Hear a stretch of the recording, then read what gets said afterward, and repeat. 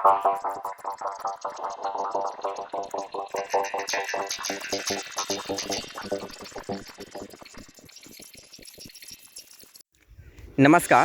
मैं कुमार और आप देख रहे हैं स्टार मिथिला।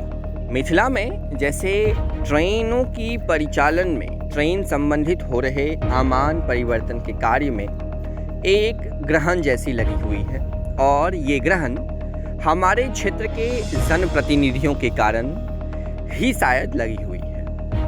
वर्तमान में हम ऐसा इसलिए कह रहे हैं क्योंकि दरभंगा फॉरबिसगंज रेलखंड कब से बनकर तैयार है, इस चीज़ की जानकारी आप सभी को है, लेकिन इस रूट पर ट्रेन की परिचालन न होना, झंझारपुर से लौखा आमान परिवर्तन के कार्य में इतनी अनियमितता बरतना, ये साफ जाहिर करता है जो इन लोगों को, हमारे क्षेत्र के हमारे जनप्रतिनिधियों को इन सारी चीज़ों से कोई लेना देना नहीं है। आप किस परिस्थिति में हैं, इनसे इन लोगों को कोई मतलब नहीं है और शायद इसी कारण से आज इस क्षेत्र की रेलवे से खास करके ऐसी दुर्दशा बनी हुई है।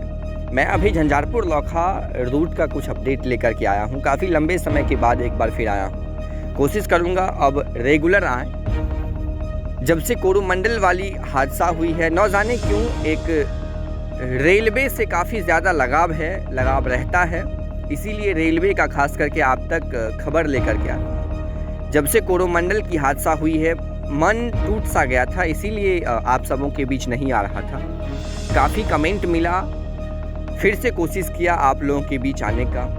झंझारपुर लौखा रूट का मैं अपडेट लेकर के आया हूँ। वर्तमान में अभी झंझारपुर से आगे महरैल तक ट्रेन की परिचालन खास करके मालगाड़ी की जा रही है। यहाँ तक CRS निरीक्षण हो चुका है।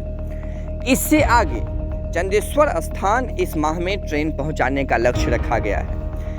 चंदेश्वर स्थान और महरैल के बीच में एक मेजर ब्रिज है, जिस ब्रिज में 5 स्पैन देने हैं, जो अभी आप स्क्रीन पर देख रहे हैं। शुरू से ही इस ब्रिज पर ये 5 स्पैन को लगाना है, जो आज पूर्ण कर लिया जाएगा।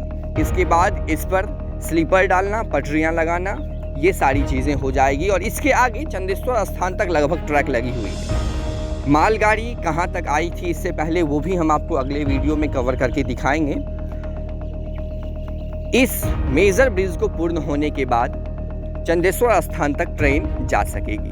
लेकिन सबसे बड़ा दुर्भाग्य आज यही है इस क्षेत्र का, जो 6 साल बाद भी अगर आमान परिवर्तन का कार्य कर रही है रेलवे, तो वो खास करके इस जगह पर आने के बाद पुरानी वाली ब्रिज को ही मरम्मत करके आगे रेलवे ट्रेन ले जाने का कार्य कर रही है। 6 साल बाद भी यहाँ नए ब्रिज का निर्माण नहीं हो सका।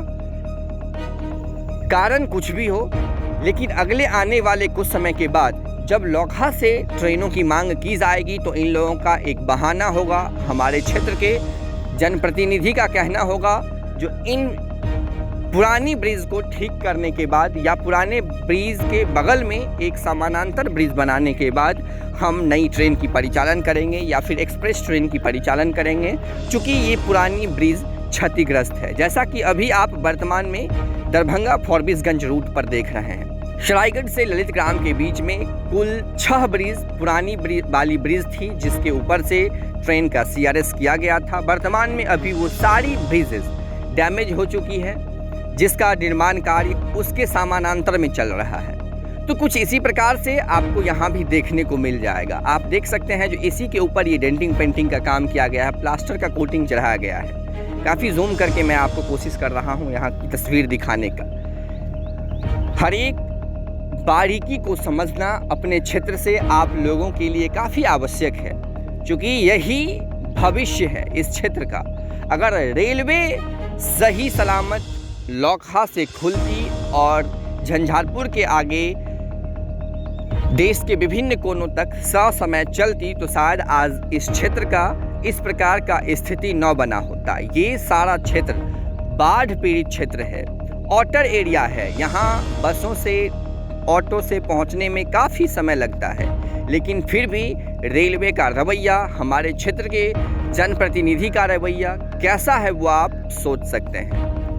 वर्तमान में उसी ब्रिज को ठीक किया जा रहा है। ट्रैक इस ब्रिज से लगभग 50 मीटर पहले तक लगी हुई है और इस ब्रिज के बाद यानी कि 50 मीटर के बाद चंदेश्वर स्थान तक लगभग लगी हुई है, जो हम नेक्स्ट वीडियो में आपको दिखाने की कोशिश करेंगे। ट्रैक पूर्ण रूप से चंदेश्वर स्थान तक लगी हुई है।